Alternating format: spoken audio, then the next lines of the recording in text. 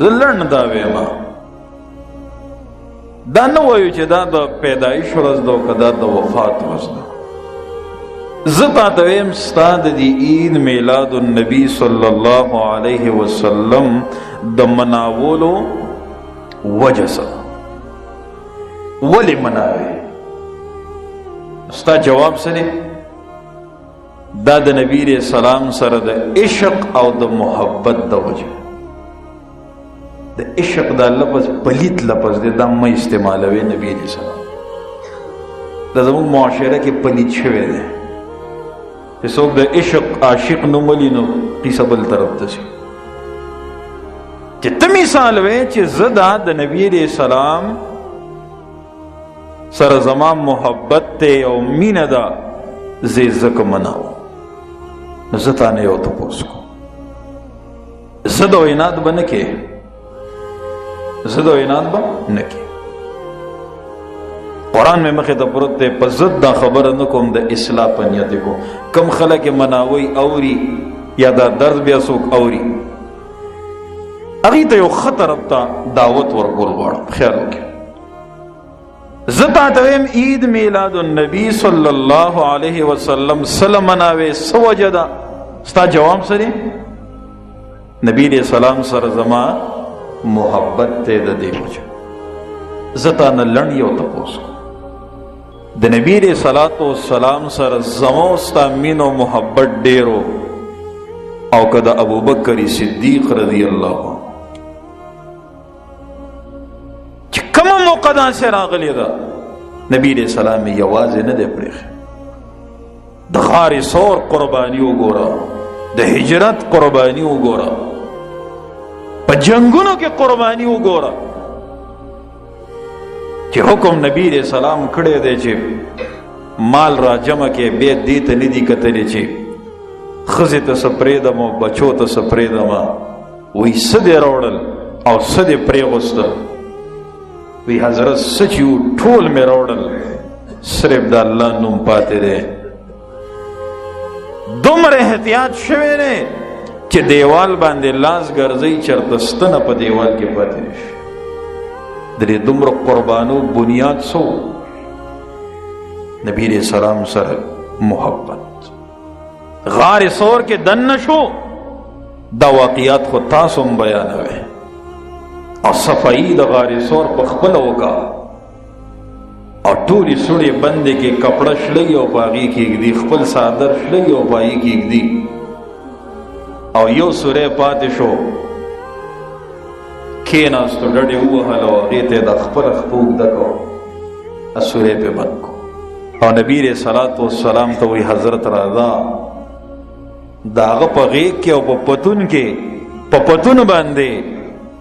سر مبارک د رسول الله صلی الله علیه وسلم پروت دی. زما ستا مینه او محبت ډیر دی او که د ابوبکر صدیق ډیر. داسې سر مبارک ته د هر چا غیږ او پتون نصیب کېدی شي؟ سوري کې مار دی، چرته مار وخوړلو او ما ډیر ځان کابو کو، کابو نه شم، د سترګو نه مې اوښکې روانې شوې. دا اوښکه دومره قیمتي ده چې ځمکې ته نه ځي بلکې په قیمتي ځای باندې غورځېږي. مخ مبارک د رسول الله صلی الله علیه وسلم. نبی علیہ السلام را بیدار شو، ابوبکر ته خو جاړې ولې؟ وی حضرت څه وخوړمه، هغه لاړې مبارکې څونه قیمتي دي چې په څونه قیمتي ځای لګي. دا د عشق او د محبت هغه وجه او بنیاد دی چې لاړې مبارکې راځي او په هغې لګوي. زه تانه دا تپوس کوم چې ته ستا او زما مینه او محبت د نبی علیہ السلام سره ډیر دی او که د ابوبکر صدیق رضی الله عنه؟ ته چېرته ماته وښایه که دا د دین کار وی او دا د عشق او د مینې او د محبت کار وی،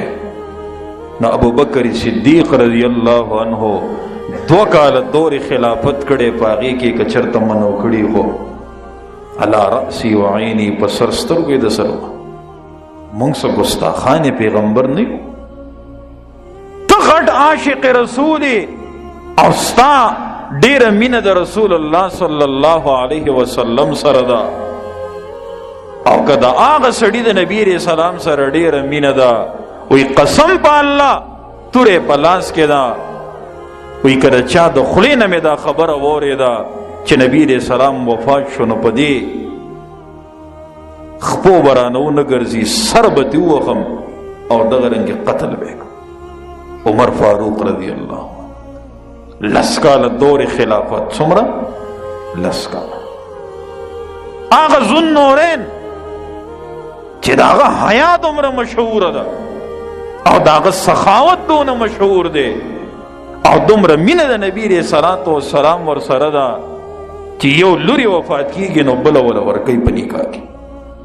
او دومره مینه ده د نبی علیه السلام سره او دومره مینه د نبی علیه السلام ورسره چې کله خبر راځي چې عثمان رضی الله عنه شهید کو نبی علیہ السلام د 1400 صحابو نه بیعت اخلي و یا به ټول دلته شهیدان کیږو یا به د عثمان غنی بدل اخلو 12 کاله دور خلافت ته 12 سال زما استا ډیر مینه او محبت د نبی علیہ السلام سره دی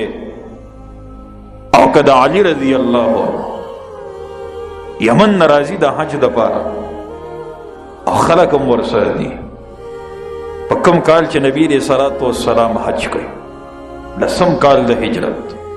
لار کې د احرام په کپڑا باندې سو تو مې وشو علی رضی الله عنه خپکو دغه خلک راضی او نبی علیہ السلام ته شکایت کوي نبی علیہ الصلوۃ والسلام د خلی مبارک نه خبر اوزی من کنت مولاه فعلی مولاه تاسو کې چې څوک زما سره دوستی کوي ناغه به د علی سره دوستی کوي د نبی علیہ السلام دا خبره چې کړې ده نو دای په هغه موقع کې کړې ده چې هغې د احرام په کپړه باندې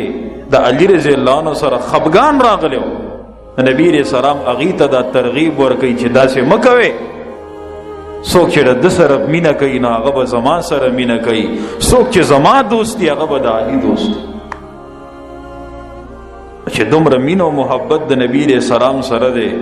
نو 8 کاله دور خلافت د هغه دی 13 کاله دا دور دی د خلافت راشده ته ماته وښایې که چېرته په دې 13 کالو کې یو کال هم منو شوي یا بیا دا ووایه چې ته غټ عاشق رسول یې هغې نو پوهېږې په خبره زه دا خبره د ضد او د عناد په خیال نه کومه د اصلاح په نیت کومه زه یم کوم وروڼه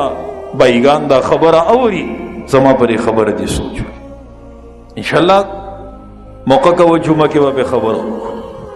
افسوس دا چې نن څوک حق منلو ته نه تیارېږي ته که ډېرې د حقیقت نه ډکې خبرې وکړې خو ته چې کومه نظریه دلته پخه کړې ده که نه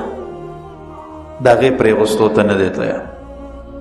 الله دې مونږ حق پسې تلو والا جوړ کړي الله دې مونږ حق منلو والا جوړ کړي الله دې مونږ په حق باندې عمل کولو والا جوړ کړي که زما د خولې خبرې یو که د بلي یو که د بلي خو چې حق خبرې الله دې مونږ له د عمل توفیق راکړي او بله خبره دا کوم که ته وایې چې دا د محبت د وجې نو محبت خو راته مه ووایې او که ته وایې چې نه دا د دین کار دی د څه کار دی د دین کار دی د نبی علیہ السلام په خپل ژوند مبارک کې صحابو ته چېرته ویلي دي چې وکړي او که ته ماته لنډ دا وایې چې میلاد ولې مناول څه بد کار دی نو زه تا ته دا ویم چې بسم الله ویل او لیکل څه بد کار دی